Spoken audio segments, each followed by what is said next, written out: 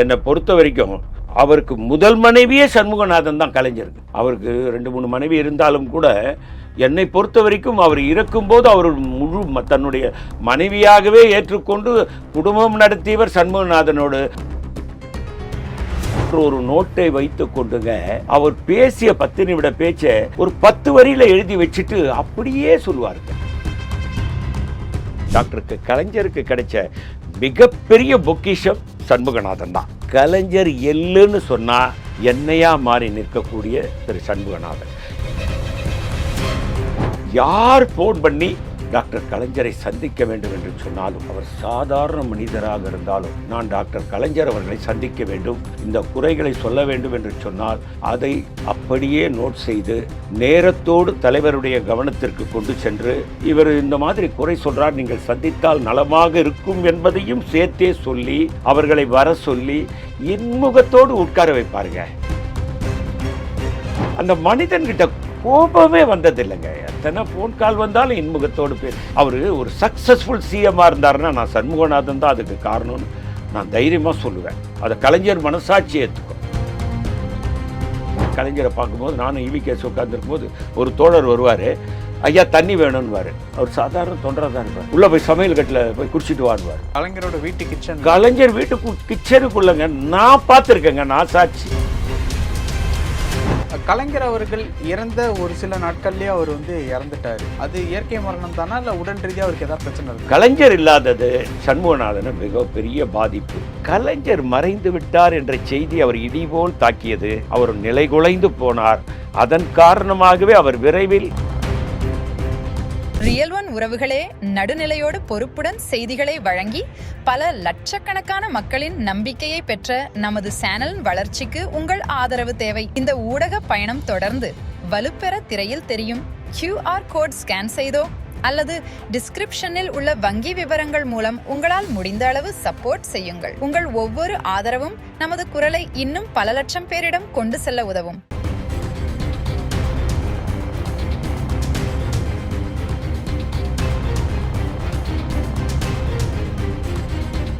Real one நேயர்களுக்கு வணக்கம். இன்று நம்மளுடைய நேர்காணலுக்கு காங்கிரஸ் கட்சியை சேர்ந்த திரு பொன் கிருஷ்ணமூர்த்தி அவர்கள் இணைஞ்சிருக்காங்க. சார் வணக்கம்.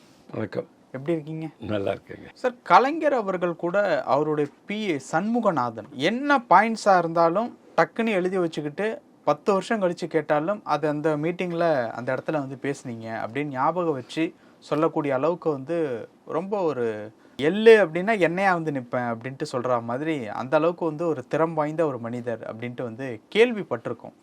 பட் அவரை பற்றி நிறைய பேருக்கு தெரியாது. உங்களுக்கும் அவருக்கும் உண்டான அந்த பழக்கம் எப்படி சார்? சார், அவர் தலைவர் EVKS அவர்கள் இருந்தபோது தான் எனக்கு திரு சண்முகநாதனோடு ஒரு நல்ல தொடர்பு கிடைத்தது. எப்படி என்றால், பெரியாரோட பேரனவர். அவர் சந்திக்க வேண்டும் என்று கலைஞரிடம் சொல்லிவிட்டார் என்றால் சண்முகநாதனிடம் சொல்லிவிட்டார், உடனே ஃபோன் செய்வார். அப்போ பெரும்பாலும் திரு EVKS இளங்கோவன் அவர்கள் ஃபோன் நம்பர் பிஸியாக இருந்தால் அடுத்த நிமிடம் இன்றைக்கு இருக்கக்கூடிய AC சண்முகமாகட்டும், ஜெகத்ரட்சி, மற்ற எல்லாருமே EVKS இளங்கோவன் தொடர்பு கொள்வதற்கு சிரமமாக இருந்தால் என்னிடம்தான் தொடர்பு கொள்வார்கள். அந்த வகையிலே கலைஞர் அவர்களிடம் டைம் கேட்டால் திரு சண்முகநாதன் திரு EVKSக்கு சொல்லுகின்ற நேரத்தில் முடியாமல் போனால் என்னிடம் ஃபோன் செய்து, தலைவர் 10 மணிக்கு இளங்கோவனை வர சொன்னாருங்க, ஃபோன் பண்ணால் அவர் ஃபோன் பிஸியாக இருக்குன்னு சொல்லுவார். அந்த அளவில் அவரோட. ஆனால் ஒரு திறமை வாய்ந்த மனிதர். எப்படி சொல்கிறீங்க? நீங்கள் இப்போ சற்று முன் நீங்கள் குறிப்பிட்டீர்கள்ல, 10 ஆண்டுகளுக்கு முன்னால் ஒரு நிகழ்வு டாக்டர் கலைஞர் பேசியதை அவர் ஞாபகம் வைத்து சொல்வார் என்று. நீங்கள் இதே போன்ற ஒரு நோட்டை வைத்து கொண்டுங்க அவர் பேசிய 10 நிமிட பேச்சை ஒரு 10 வரியில் எழுதி வச்சுட்டு அப்படியே சொல்லுவாருங்க. மனப்பாடமாக அது என்ன எழுதிருவாருன்னே தெரிலங்க. நானும் பல முறை அவர் எழுதும்போது பார்த்துருக்கேன். அவர் என்ன எழுதியிருக்காருன்னு எனக்கு புரியல. ஆனால் அசாதாரண மனிதர். ஒரு சின்ன கலைஞர் வீட்டுக்குள்ளே நீங்கள் போயிருக்கீங்களான்னு என்னன்னு தெரியல, வெளியிலேருந்து பார்த்துருக்கீங்க. கலைஞர் வீட்டுக்குள்ளே போனோம், ரைட் சைடில் அவருக்கு ஒரு அறை ஒதுக்கப்பட்டிருக்கும். ஆனால் அந்த மாதிரி ஒரு மனிதரை பார்க்கவே முடியாதுங்க. ஒரு தலைவரோட இருக்கிறவர், ஒரு முதலமைச்சரோட இருக்கிறவர், அப்படிப்பட்ட அன்பு, அப்படிப்பட்ட பணிவு டாக்டருக்கு கலைஞருக்கு கிடைச்ச மிகப்பெரிய பொக்கிஷம் சண்முகநாதன் தான். காரணம் என்னன்னா, நீங்கள் இப்போ சொன்ன மாதிரி கலைஞர் எல்லுன்னு சொன்னால் என்னையா மாறி நிற்கக்கூடிய திரு சண்முகநாதன். யார் ஃபோன் பண்ணி டாக்டர் கலைஞரை சந்திக்க வேண்டும் என்று சொன்னாலும், அவர் சாதாரண மனிதராக இருந்தாலும், நான் டாக்டர் கலைஞர் அவர்களை சந்திக்க வேண்டும், இந்த குறைகளை சொல்ல வேண்டும் என்று சொன்னால் அதை அப்படியே நோட் செய்து நேரத்தோடு தலைவருடைய கவனத்திற்கு கொண்டு சென்று, இவர் இந்த மாதிரி குறை சொல்கிறார், நீங்கள் சந்தித்தால் நலமாக இருக்கும் என்பதையும் சேர்த்தே சொல்லி அவர்களை வர சொல்லி இன்முகத்தோடு உட்கார வைப்பாருங்க. நீங்கள் போனீங்கன்னா கலைஞர் வீட்டில் அவர் அந்த பக்கம் உட்காந்துருப்பார், இங்கே நிறைய சேர் இருக்கும். அது பார்த்தீங்கன்னா அதில் முதன்மை படமாக சிட்டி பாபு படம் இருக்கும். ஆமாம், பார்த்துருப்பீங்க. முன்னாள் மேயர் சிட்டி பாபு, ஸ்டாலின் அவர் தான் திரு ஸ்டாலின் அவர்களை அந்த எமர்ஜென்சி நேரத்தில் அவங்கள அடித்தாங்கன்னு சொல்லுவாங்க. ஆனால் எமர்ஜென்சி நேரத்தில் எந்த தலைவரையும் அடிக்கல. தமிழ்நாட்டில் சென்னை சிறையில் வித்யாசாகர் என்றவர் திமுக மீது இருந்த கோபத்தினால் அடித்தவர்.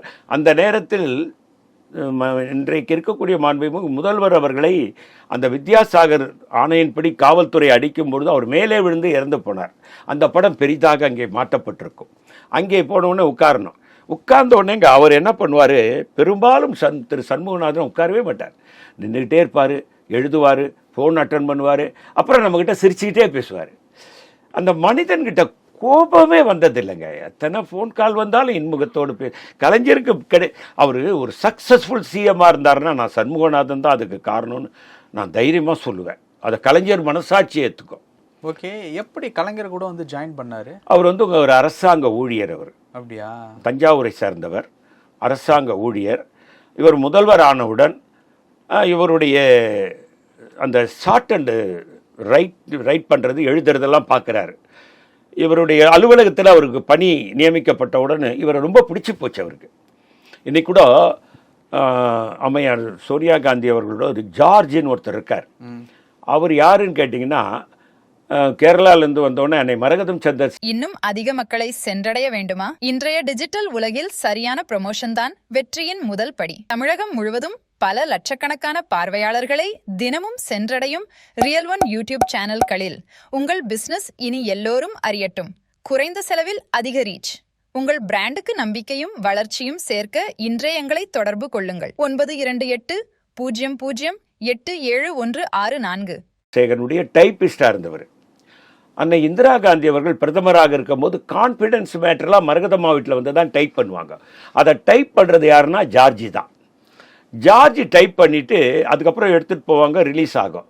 ஆனால் அது வெளியிலேயே போகாது. ஜார்ஜ் யாரிடமும் சொல்ல மாட்டார்.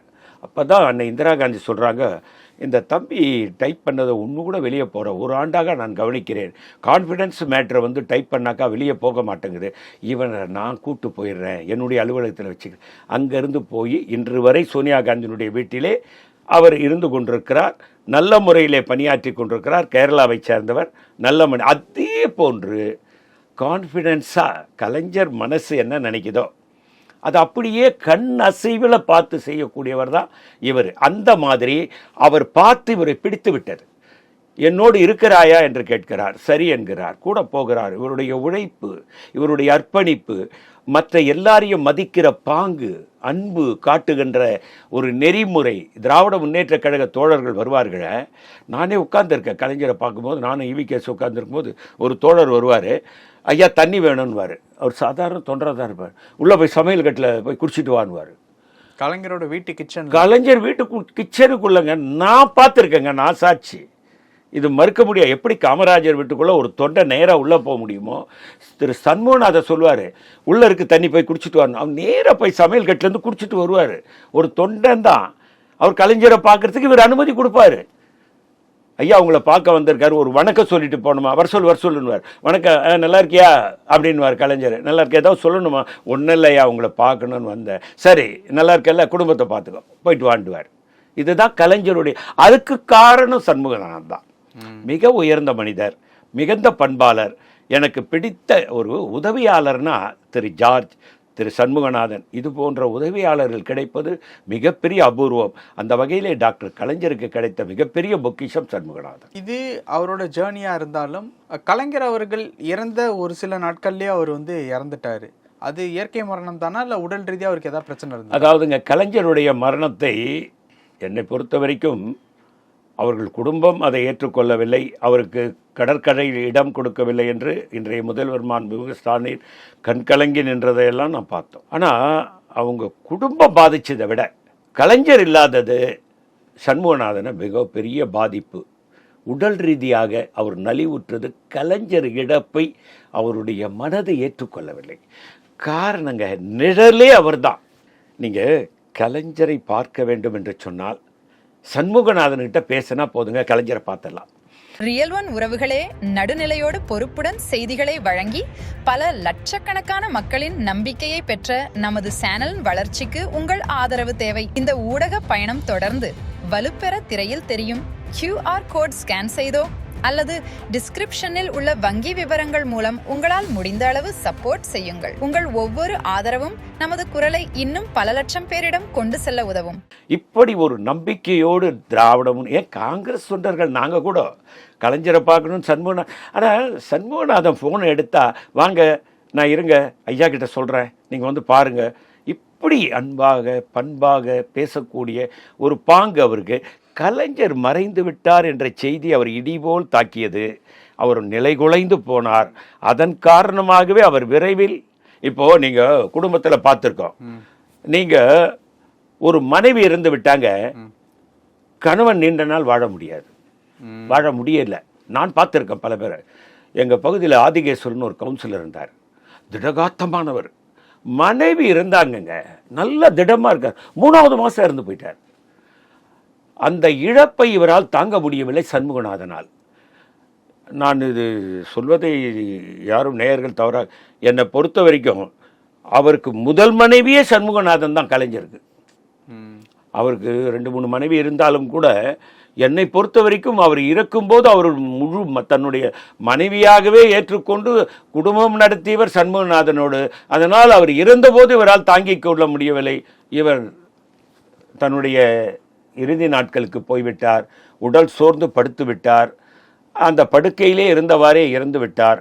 அது பிறவே சோக வரலாறு. சண்முகநாதன் போன்ற மாபெரும் வரலாற்று சொந்தக்காரர்களை மறக்கவே முடியாது. அதாவது கலைஞரையும் தாண்டி கலைஞரோட குடும்பத்தார் வந்து அவரை வந்து மரியாதையாக நடத்துவாங்களா? ரொம்ப மரியாதையாக நடத்தினாங்க. காரணம் என்னன்னா, அவங்க குடும்பத்தாரோடு அவர் முரண்பட்டதே கிடையாது என்பது நான் கேள்விப்பட்ட வரலாறு. எனக்கு என்னன்னா, திரு R.D. சீதாபதி அவர்கள் என்னுடைய தெருவில் தான் இருக்கார். அவர் மாவட்ட செயலாளராக இருந்தார். ஒன்றுபட்ட சென்னை மாவட்டத்துக்கு மாவட்ட செயலாளர். இன்றைக்கி திராவிட முன்னேற்ற கழகம் காங்கிரஸுக்கெல்லாம் 7 சென்னை மாவட்டம் ஆயிடுச்சு. பெட்ரூம் வரைக்கும் போவார் R.D. சீதாபதி. யார் பெட்ரூம் வரைக்கும்? கலைஞர் பெட்ரூம் வரைக்கும். அந்த அளவுக்கு அவரோட போவார். அப்போ அவர் இந்த முனை வீடு என் வீடு, அந்த முனை நம்மாழ்வார் செட்டி தெரு. இன்றைக்கும் டாக்டர் கலைஞரோடு நெருக்கமாக இருந்தவர்களுக்கு நம்மாழ்வார் செட்டி தெரு என்றால் அடுத்த நிமிடம் R.D. சீதாபதி வசித்த தெருன்னு சொல்லுவாங்க. மிகப்பெரிய ஜாம்பவான், மிகப்பெரிய ஆளுமை R.D. சீதாபதி. அவர் சொல்லிய வரலாறு என்னவென்று சொன்னால், சண்முகநாதன் இல்லாவிட்டால் ஒரு நாள் கூட கலைஞரால் இயங்க முடியாது. இது R.D. சீதாபதி சொன்ன ஒரு வாக்கியம். மிகப்பெரிய ஆளுமையாக இருந்தவர் R.D. சீதாபதி. அவரே கலைஞருக்கு சண்முகநாதன் இல்லை என்றால், அவர் எங்கேயாவது ஒரு அவங்க சொந்தக்காரங்க ஏதோ ஒரு கல்யாண நிகழ்ச்சி ஒரு சடங்குன்னு போயிட்டாருன்னா, சண்முகநாதன் வந்துட்டாரா, சண்முகநாதனை கூப்பிடு, ஃபோனில் கூப்பிடு அப்படின்னு சொல்லிக்கிட்டே இருப்பாருன்னு இந்த R.D. சீதாபதி என்கிட்ட சொல்லியிருக்காரு. ஏனென்றால் எங்கள் குடும்ப நண்பர். ஏன்னா ஒரே தெருவில் நாங்கள் வசித்தோம். இன்றைக்கி திராவிட முன்னேற்ற கழகத்தில் R.D. சீதாபதி என்ற சொன்னால் கலைஞருக்கு சண்முகநாதன் முதல் ஆள் என்றால் 2வது ஆள் R.D. சீதாபதி. அந்த அளவுக்கு தன் தோளோடு தோள் சுமந்து போனவர். அவர் இயக்கத்தை விட்டு வெளியேற மறுக்கலை. R.D. சீதாபதி மாவட்ட செயலாளராக திரு T.R. பாலுவிடம் நின்று தோற்றுவிட்ட நேரத்திலே கலைஞர் மிகவும் மன வருத்தப்பட்டதாக R.D. சீதாபதி என்னிடம் சொன்னார். நான் தோற்றுவிட்டேன் என்று என்னை விட வருத்தப்பட்டவர் டாக்டர் கலைஞர். திரு T.R. பாலு வெற்றி பெற்றதை அவர் மனதை ஏற்றுக்கொள்ளவில்லை என்று என்னிடத்தில் R.D. சீதாபதி சொன்னார். ஆனால் அவரை எம்ஜிஆர் விரும்பி அழைக்கிறார் திரு R.D. சீதாபதியை. நான் கலைஞரை விட்டு வரமாட்டேன் என்றார். நீங்கள் ஒரு மிகப்பெரிய அதிசயங்க. முதலமைச்சர் எம்ஜிஆர் நேராக நம்மாழ்வார் செட்டி தெருக்கு எம்ஜிஆர் முதல்வர் அவர் வீட்டுக்கு வந்து எனக்கு R.D. சீதாபதி ஃபோன் பண்ணார். எம்ஜிஆர் என் வீட்டுக்கு வராரு, நீ வான்னு சொன்னார். போனேன். எம்ஜிஆர் வந்து வீட்டுக்கே வந்து ஒருத்தரை கட்சியில் சேர்த்துக்கிட்ட எம்ஜிஆருடைய வரலாற்றில் ஆர்டி சீதாபதி ஒரே ஒருவர் தான். அப்படி கலைஞருக்கு நிழல் போல் இருந்தவர். அவரை தன்னுடைய இயக்கத்திற்கு கொண்டு வரும், தன்னுடைய ஆளுமையின் கீழ் அவரை வைத்திருக்க வேண்டும் என்று விரும்பி அழைத்த அந்த ஆர்டி சீதாபதியால் கலைஞரை விட்டுட்டு ரொம்ப நாள் இருக்க முடியவில்லை. சில காலங்களிலே, சில மாதங்களில் மீண்டும் கலைஞரிடம் வந்து விட்டார். அவருடைய மனம் இடம் கொடுக்கவில்லை. அவருக்கு வீட்டுக்கு எம்ஜிஆர் போலனா அவர் அந்த கட்சியில் சேர்ந்திருக்க மாட்டார். அப்படிப்பட்ட ஒரு பாசம் கொண்ட கலைஞர் மீது அதே அளவுக்கு சண்முகநாதனை பற்றி மிகப்பெரிய அளவில் என்னிடம் சொன்னவர் திரு ஆர்டி சீதாபதி. எங்கள் குடும்ப நண்பர். அவர் வீட்டில் எந்த விசேஷம் இருந்தாலும் நாங்கள் கலந்து கொள்ளும். உதாரணத்துக்கு ஒன்று சொல்கிறேங்க. அவர் வீட்டில் அவர் பெண்ணுக்கு ஒரு நிச்சயதார்த்தம் நடக்குது. யாருக்கு? ஆர்டி சீதாபதி மகளுக்கு, சென்னை மாவட்ட செயலாளர். அந்த வீட்டில் டாக்டர் கலைஞர் வந்தார். மாடி படிக்கட்டு கொஞ்சம் ஏறணும், 2வது மாடியில் நடக்குது. ஏறினாங்க, நானும் அங்கே உட்காந்துருக்கேன். அங்கே வந்தாங்கங்க, நான் பார்த்தேன். நான் மிகப்பெரிய அதிசயம். முதல்வர் கலைஞர், மாவட்ட செயலாளர் மகளுக்கு நிச்சயதார்த்தம். நீங்கள் நம்பவே மாட்டீங்க, தயாளம்மா தான் எல்லா வேலையும் பார்த்தாங்க. இவங்க வந்து ஆர்டி சீதாபதியோட மனைவி வந்து மிகப்பெரிய பக்தை. அவங்க எண்ணெய் திரி போடுறாங்க. தயாளம்மா முதல்வருடைய மனைவி. முதல்வர் உட்கார்ந்துருக்காரு. முதல்வருக்கு பக்கத்தில் நான் உட்கார்ந்துருக்கேன். எண்ணெயை போடுறாங்க, பொண்ணுக்கு பூ வைக்கிறாங்க, பொண்ணு வந்து அலங்காரம் பண்ணுறாங்க. எனக்கு ரொம்ப பிரமிப்பாக இருந்தது. இப்படிமா திரு ஆர்டி சீதாபதி கிட்ட கேட்டேன், என்னங்க என்ன, நான் அவங்க குடும்பத்தில் ஒருத்தங்கன்னு சொன்னார். இதுதான் கலைஞர். அவங்க குடும்பத்தில் ஒருத்தர் தான் சண்முகநாதன். இதுதான் சண்முகநாதன் வரலாறு. மறக்க முடியாத மாமனிதர் அவர். பல விஷயங்கள் பேசணும். நேரத்துக்கு ரொம்ப நன்றிங்க. Thank you sir. வணக்கம். இன்னும் அதிக மக்களை சென்றடைய வேண்டுமா? இன்றைய டிஜிட்டல் உலகில் சரியான ப்ரமோஷன் தான் வெற்றியின் முதல் படி. தமிழகம் முழுவதும் பல லட்சக்கணக்கான பார்வையாளர்களை தினமும் சென்றடையும் ரியல் ஒன் யூடியூப் சேனல்களில் உங்கள் பிசினஸ் இனி எல்லோரும் அறியட்டும். குறைந்த செலவில் அதிக ரீச். உங்கள் பிராண்டுக்கு நம்பிக்கையும் வளர்ச்சியும் சேர்க்க இன்றே எங்களை தொடர்பு கொள்ளுங்கள். 9280087164.